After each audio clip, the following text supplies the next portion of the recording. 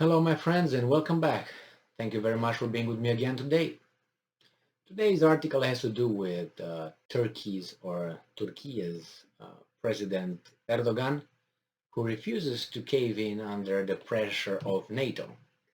And that pressure is put on Mr. Erdogan because Mr. Erdogan has security concerns with Finland and Sweden, the new aspiring members of NATO. And Turkey has the right to say, well, I have concerns, and unless we negotiate and we deal with those concerns, I will block your admission to NATO. So this article comes from Bloomberg from today, June 15th, 2022, and this is the title. Turkey says position on NATO won't change in blow to June summit. So Turkey is maintaining its opposition to Sweden and Finland joining NATO unless they address its security concerns, President Erdogan said, leaving little hope that enlargement of the bloc could get underway by a summit this month. So Finland and Sweden sought entry into the North Atlantic Treaty Organization following Russia's attack on Ukraine, only to have their bids immediately stalled by Turkey, which is demanding they do more to clamp down on Kurdish groups it views as terrorists.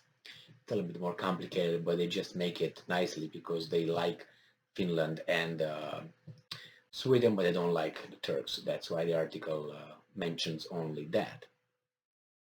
But nevertheless, while NATO diplomats still express hope that accession talks could begin before or even at the meeting at the alliance leaders in Madrid at the end of June, their recognized time is running out.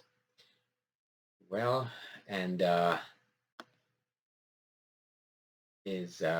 problem is that we will certainly not change our stance. This is the Turkish side.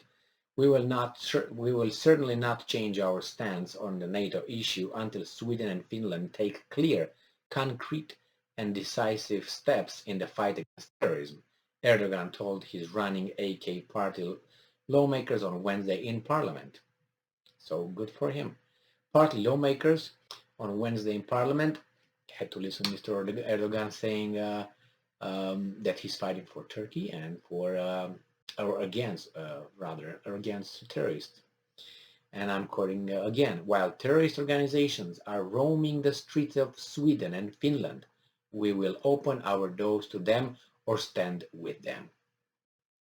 Well, I don't know what that means, but nevertheless. In Brussels, NATO Secretary General Jens Stoltenberg conceded that solving the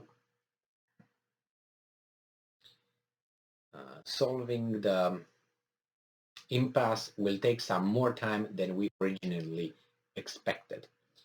A trilateral meeting between Swedish, Finnish, and Turkish officials scheduled to take place at NATO headquarters Wednesday was cancelled by Turkey because it deemed the country's commitment to be insufficient, according to a person familiar with the matter. Of course, probably this guy said, yeah, we're going to do only this. And Turkey says, there's no need to meet only for that thing. We ask three things. Done? Deal. Not done? No deal. Turkey has the second largest army in NATO, after the US in terms of numbers, and wields effective veto power, since enlarging the alliance requires unanimity among its members. Wow, Turkey has the second largest army in NATO. Doesn't necessarily mean that it's very well trained or equipped. Officials in Ankara, who spoke on the condition of anonymity, said the chances of resolving the dispute during the summit were very slim, as Turkey has yet to receive a response from Sweden and Finland to its demands. Finnish leader calls out Turkey for dragging out NATO talks. Turkey wants the Nordic nations to make written commitments to crack down not only on supporters of the Kurdish PKK militant group, already designated a terrorist organization by the European Union and the US, but also on its affiliates such as the so-called YPG militia in Syria, the official said.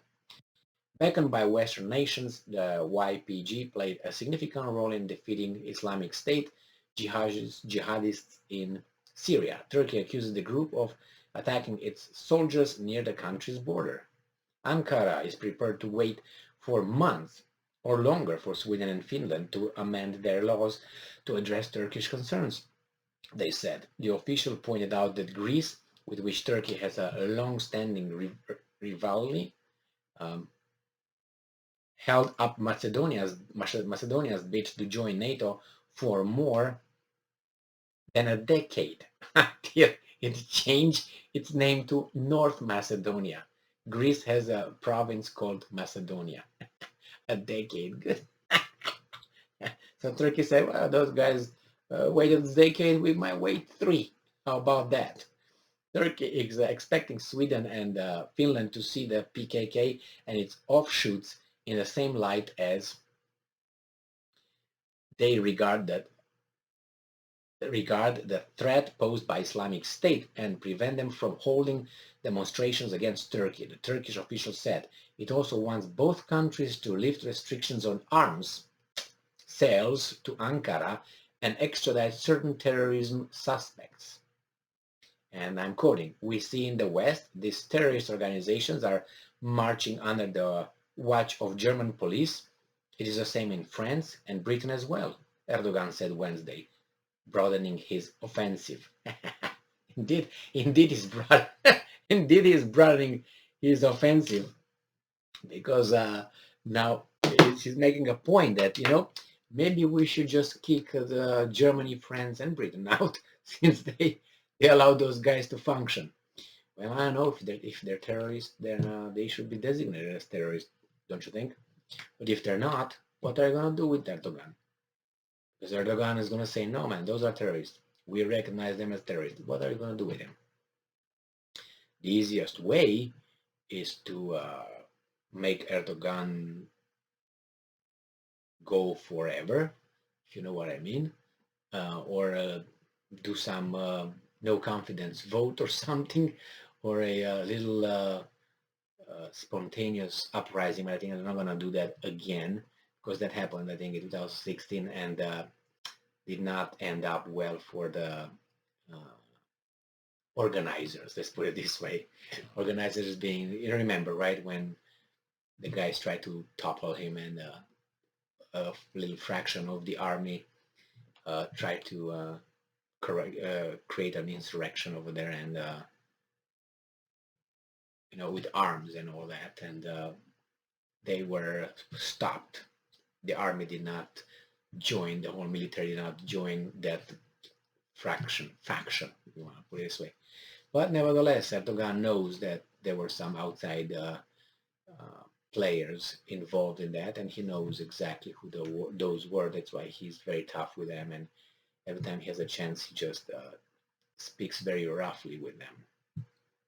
I admire Erdogan's tenacity and desire to, or I don't know, maybe instinct to fight for himself, for his country, and even good or bad, standing up for your country, or even for your own interest in front of this big, NATO, Great Britain, United States, all these big shots, consider, it's a big deal. Who does that? A leader with balls. Well, thank you very much for being with me again today. It seems like Finland and Sweden are in it for a long haul, maybe about 100 years, if we still are allowed to stay alive by then, by the other people. Thank you very much for being with me again today. Stay strong, stay smart, look for the truth, and be just.